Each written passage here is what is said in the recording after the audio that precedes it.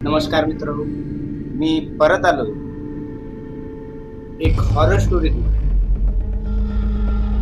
ही horror story special Holi निमित्त मी upload करत आहे. आज होळी. तुम्हा सर्वांना होळीच्या हार्दिक शुभेच्छा. बरेच दिवस झाले युट्यूबवर कोणताही व्हिडिओ अपलोड केला नाही. तर आज आपली हॉरर स्टोरी आहे सखी.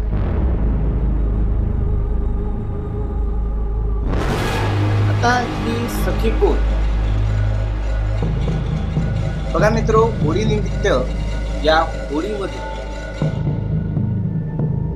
आपल्यामधील द्वेष, क्रोध, अहंकार या सगळ्या गोष्टी आपल्याला त्या होळीमध्ये निस्तानाभूत करायच्या. आणि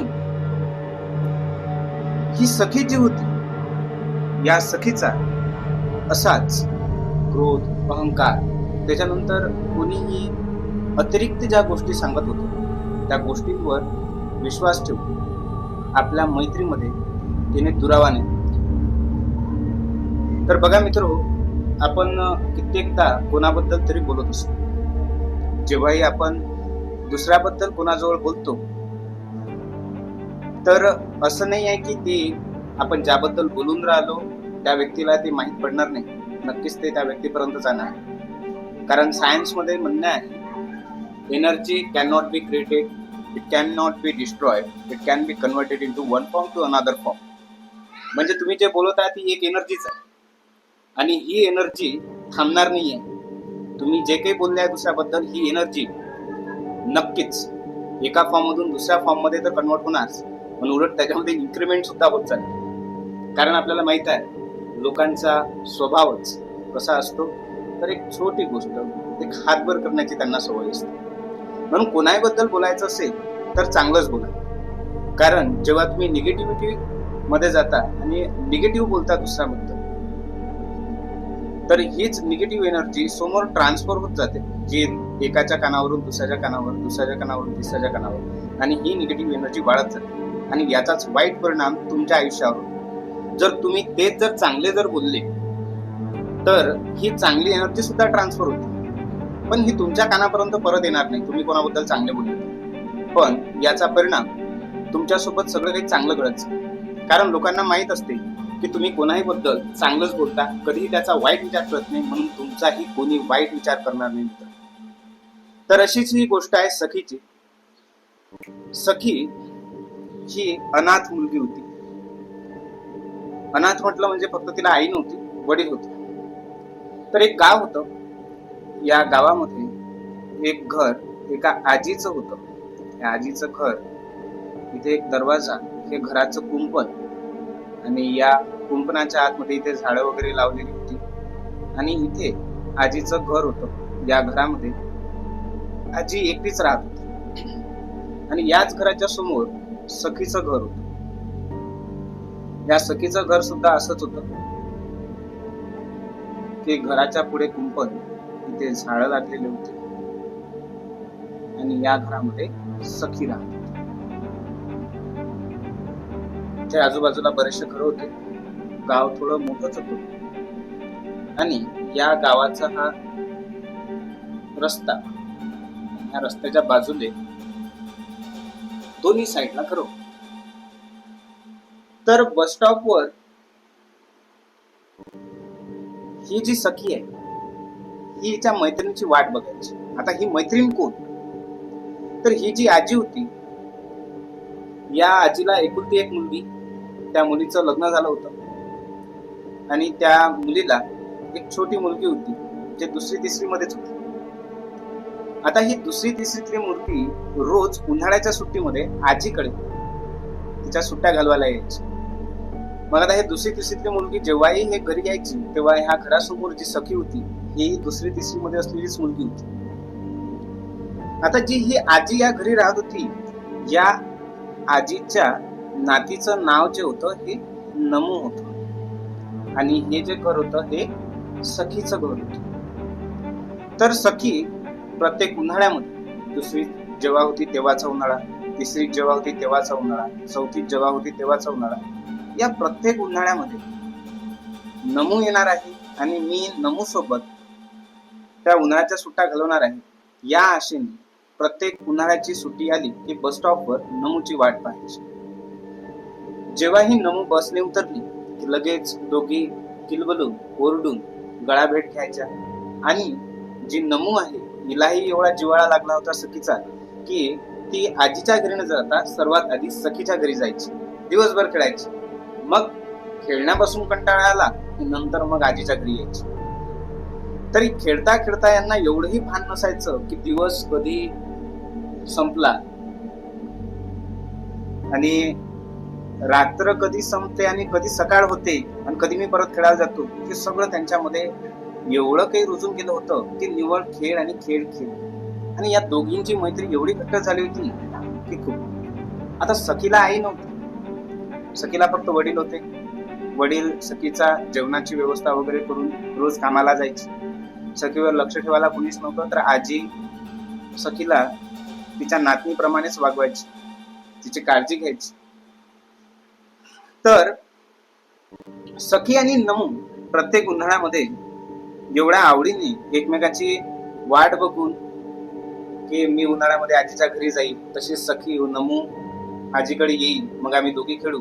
पूर्ण शाळा संपेपर्यंत फक्त त्यांच्या मनात कधी सुट्ट्या लागतील आणि कधी ही शाळा संपेल आणि कधी नमू खेळायला येईल, मी कधी सखी सोबत खेळायला जाईल, असं दोघींच्याही मनात चालायचं. तर असंच ते दुसरीत असतानाही ह्या दोघी सोबत खेळायच्या, तिसरीत असतानाही खेळायच्या, चौथीत असतानाही खेळायच्या. हळूहळू मोठ्या होत गेल्या, पाचवीत असतानाही खेळायला लागल्या, सहावीत असतानाही खेळायला लागल्या. पण वर्ग 7 मध्ये गेल्यानंतर जेव्हा उन्हाळ्याच्या सुट्ट्या लागल्या आणि त्यावेळेस जेव्हा नमू बस स्टॉपवर तिच्या वडिलांसोबत त्या बसमधून उतरल्यानंतर तिला आशा होती की सखी तिला घ्यायला नक्कीच येईल आणि सखी आपली बस स्टॉपवर वाट पाहत असेल.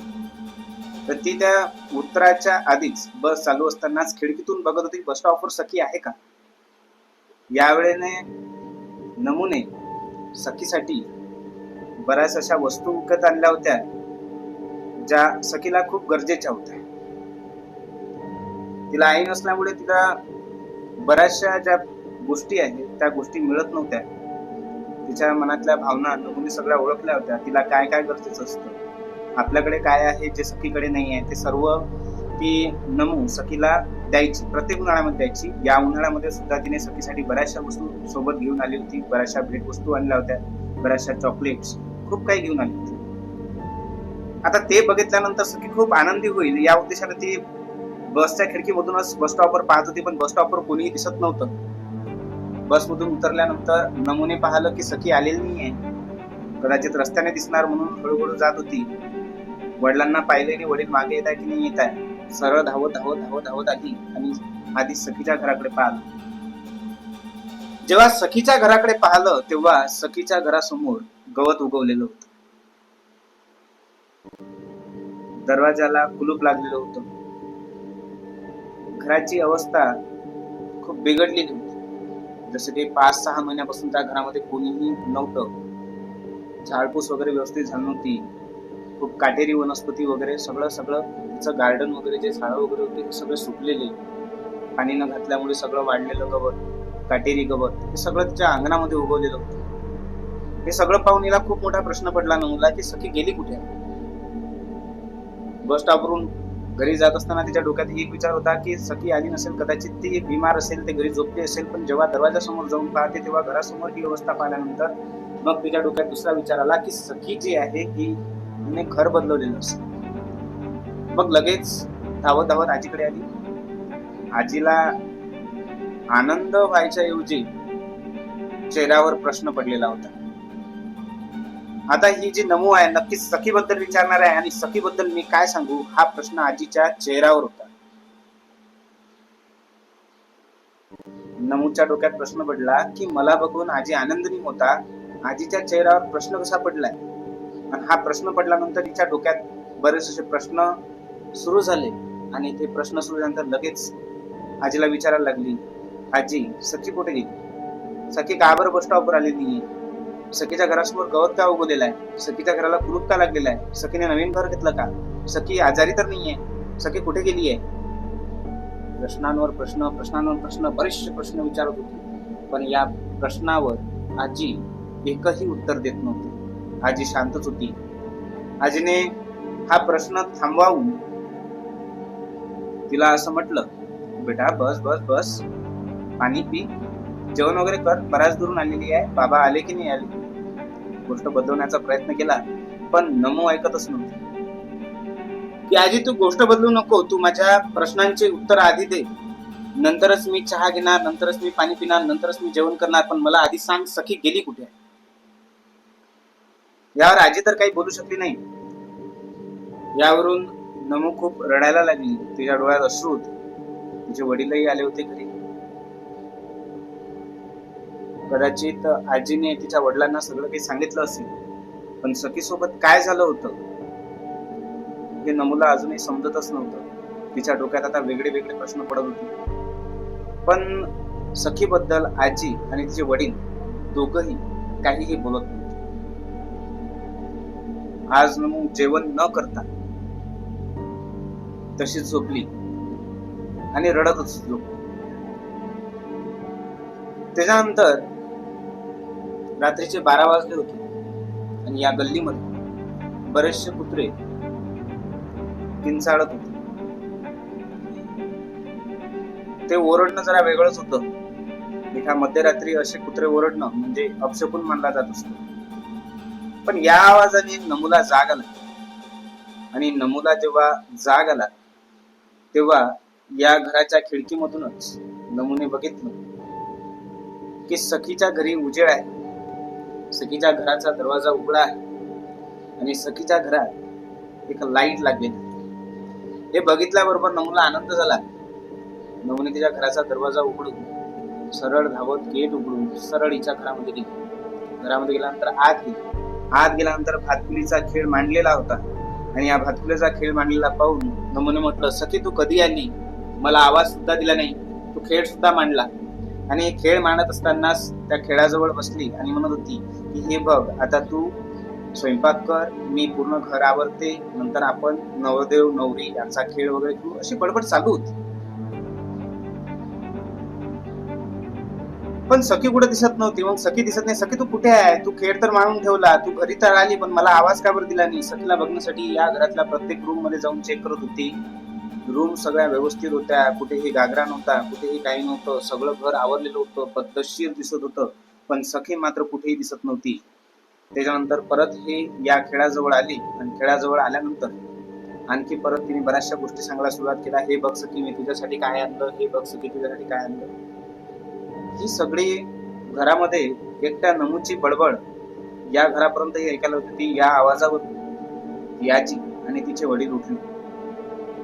उठल्यानंतर बघितलं की नमू जाग्यावर नाहीये आणि नमूचा आवाज बाहेरून येत आहे. तेव्हा हे घराच्या बाहेर गेले आणि घराच्या बाहेर गेल्यानंतर नमूला जे दिसत होतं की या घरात सगळं काही व्यवस्थित होतं, लाईट लागलेला होता, दरवाजा उघडा होता, सगळं काही साफ होतं, हे या आजीला आणि तिच्या वडिलांना दिसत नव्हतं. त्यांना असं दिसत होतं की दरवाजाला कुलूप लागलेला आहे, घराच्या बाहेर काटेरी वनस्पती आहे, खूप अस्ताव्यस्त आहे, घरात पूर्ण काळोख आहे. विचार करा मित्र, काय परिस्थिती असेल की तिचे वडील आणि तिची आजी काय विचार करत असेल की मुलगी आतमध्ये गेली कशी आणि तिचा आवाज आतमध्ये असा कसा येत आहे, कुलूप लागलेला आहे, ती घरात गेली कशी असेल, काटेरी वनस्पती उगलेला आहे, घराच्या आत कशी गेली असेल आणि घराच्या आतून एवढा सगळा आवाज येत आहे, हा कसा येत. या दोघांची परिस्थिती एवढी गंभीर झाली होती की काय करावं काय नाही. घराच्या आतून नमूचा आवाज येत होता, जी तिच्या वर्षभरातल्या सगळ्या झालेल्या गोष्टी शेअर करत होती, पण सखी अजूनही नमूच्या समोर आलेली नव्हती. नमूच्या सगळ्या गोष्टी ऐकून सखीच्या डोळ्यात पाणी आलं. सखी तर दिसत नव्हती, पण सखी हुंदके देत रडायला लागली. सखी रडत होती तर नमू तिला म्हणत होती, सखी तू कुठे आहे, तू रडत का बरं आहे, काय झालं, मी दुपारी आले, तू कुठे होती, काय होती. यावर सखीचा फक्त आवाज येत होता, नमू तू का बरं असं केलीस, तू का बरं माझ्यासोबत अशी वागलीस.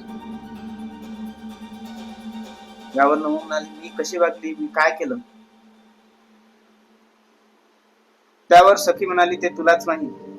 तू इथून गेल्यानंतर मला एक कॉल सुद्धा केला नाही, तू माझ्याशी बोलली सुद्धा नाही. असं काय केलं होतं मी की तू माझ्यासोबत बोलणं बंद करून दिलं? त्यावर नमू म्हणाली, सखी मी तुला कॉल केले होते. त्या दुकानातला जो कॉइन बॉक्सचा डब्बा आहे त्याच्यावरून मी कॉल करायची. माझ्याजवळ जे की पॉकेट मनी राहायचे ते पूर्ण पैसे संपायचे, पण कॉलवर तू यायचीच नाही.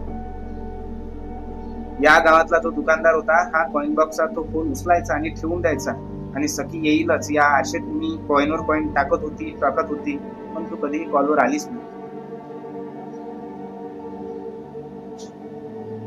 मग मी थकून जायचे, माझे पॉकेट मनी पूर्ण संपायची. नंतर मी दुसऱ्या महिन्यामध्ये जेव्हा पॉकेट मनी यायची परत तुला कॉल करायची, पण तू कधीही कॉलवर येत नव्हती. प्रत्येक वर्षी असं होत नव्हतं, पण याच वर्षी असं का होत आहे मलाही प्रश्न पडत होते. मी आजीलाही फोन लावायची, आजी बाबाशी तर बोलायची, माझ्याशी बोलायची नाही. तू का बरं बोलत नाही आहे हे मला समजतही नव्हतं. मला आठवते की मी रागारागात आणि अचानकपणे या गावातून शाळेच्या दाखल्यासाठी, नवीन शाळेत दाखल्यासाठी निघून गेली होती. मी तुला न सांगता निघून गेली होती, पण त्यानंतर मी तुला बरेचसे कॉल केले, तू आलीच नाही. मग यावर सखी आणखी रडायला लागली. सखीचा फक्त आवाज यायचा, आवाज येत होता. आता सखी प्रत्यक्ष समोर आली. हा सखीचा आत्मा होता मित्र. हा आत्मा नमूशी बोलत होता, आणि नमूने विचारलं, सखी हे काय आहे? नमू जेव्हा सखीला बिलगायला गेली तेव्हा सखीला ती बिलगू शकली नाही. यावर नमूला कळून चुकलं आणि नमू रडायला लागली. त्यावर सखीही रडत होती. मग काय गैरसमज झाला हे नमूने विचारले. तेव्हा याच गावातील बाकी काही मुली होत्या, ज्या मुलींना या दोघींची मैत्री आवडत नव्हती. तर सखीच्या कानावर नमूने असं काहीतरी म्हटलं, तसं काहीतरी म्हटलं, ती तुझा द्वेष करते, ती फक्त असं करते की ती तुझ्या जवळच खाते, तुला काहीच देत नाही, तू फक्त तिच्याच भरोशावर आहे, असं तसं वगैरे खूप अशा आगळ्या वेगळ्या गोष्टी सखीच्या कानावर आल्या होत्या, ज्या प्रत्यक्षात नव्हत्याच. तिने दुसऱ्याच्या गोष्टीवर विश्वास ठेवून स्वतःच्या मनामध्ये खळे पाडले, आणि यामुळेच तिची तब्येत जी आहे ही खूप बिघडली.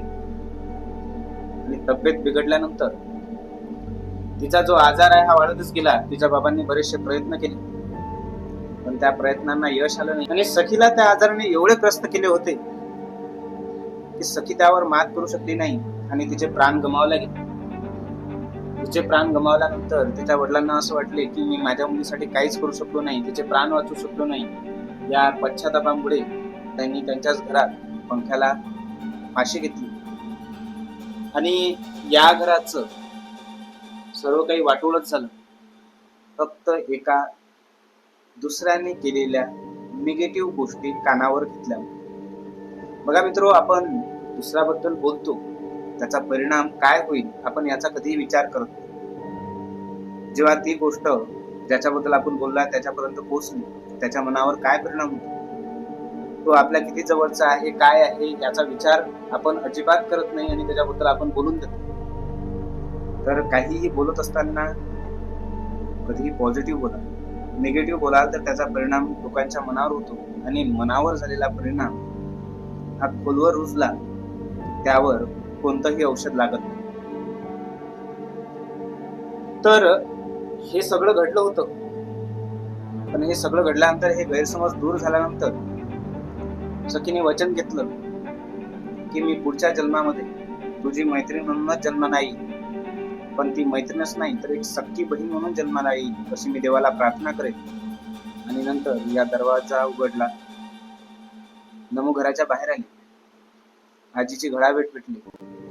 गळाभेट घेतल्यानंतर खूप रडत होती. जे काही झालं होतं ते आजीने परत एकदा नमूला सांगितलं, आणि त्याच्यानंतर सखीचे जे काही होम हवन वगैरे, पूजा वगैरे करून तिच्या आत्म्यास शांती मिळते, अशा पद्धतीने त्यांनी पूजा केली. आणि त्यानंतर नमू परत कधीही त्या गावामध्ये गेली. मित्र, या स्टोरी मधून आपल्याला समजून घ्यायचं आहे की आता ही खरी आहे की खोटी आहे यावर हे बघू नका. आपल्याला या स्टोरी मधून काय शिकायचं आहे ते बघू.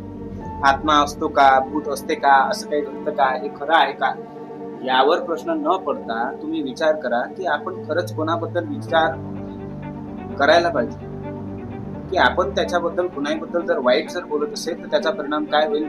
तुम्ही विचार करा मित्र हो, तुमच्याबद्दल जर कोणी वाईट बोलतं तेव्हा तुम्हाला कसं वाटतं? तेव्हा तुम्हीही चिंताग्रस्त होता, तुम्ही त्याच विचारात पडता. तसेच बाकीचे ज्याबद्दल तुम्ही जे बोलता, ज्याच्याबद्दल बोलल्यात त्याच व्यक्तीच्या कानावर जेव्हा तुम्ही जे बोललेलं जातं तेव्हा तोही चिंताग्रस्त होतो, तोही विचार करतो. तर त्याच्या मनात असं काही नसतं, पण तुम्ही जे काही बोललेले आहे त्याचा आणखी वाढीव करू नये किंवा वेगळ्या पद्धतीने पण सुद्धा सांगितला जाऊ शकतो, ज्याचा परिणाम त्या व्यक्तीवर होत असतो. तर या गोडी निमित्त तुम्ही या स्टोरी मधून काहीतरी शिकले असाल तर या होळीमध्ये या सर्व गोष्टींचा, जे तुम्ही दुसऱ्याबद्दल निगेटिव्ह बोलता त्याचा त्याग करून एक आनंदी जीवन जगण्यासाठी दुसऱ्याबद्दल जर मागे बोलायचं असेल तर नेहमी चांगलं बोलायचा निश्चय ठेवा आणि त्याच्याबद्दल जे काही निगेटिव्ह असेल ते मनातच राहू द्या. कारण निगेटिव्ह बोलल्यानंतर तुमचा फायदा होत असेल तर निगेटिव्ह बोला, फायदाच नाही आहे तर मग कशाबद्दल, का बरं, आणि का बरं बोलायचं निगेटिव्ह हा विचार करा की आपला फायदाच नाही आहे तर आपण निगेटिव्ह का बरं बोलायचं, दुसऱ्याबद्दल का बरं खराब बोलायचं. फायदा होत असेल तर बोला ना, पण फायदा होतो का, नाही, उलट नुकसान होतं मित्र. जेव्हा तुम्ही चांगले बोलाल तेव्हा तुमचा नक्की फायदा होईल. तर इथे मी ही स्टोरी संपवतो. तुम्ही या स्टोरी मधून नक्कीच काहीतरी शिकले असाल. मी अशाच परत नवीन नवीन स्टोरी घेऊन येईन. तर त्यासाठी तुम्ही या चॅनलला सबस्क्राईब करा आणि शेअर करा आणि यापुढे एक चांगलं जीवन व्यतीत करण्यासाठी कोणाही बद्दल फक्त चांगलं. धन्यवाद.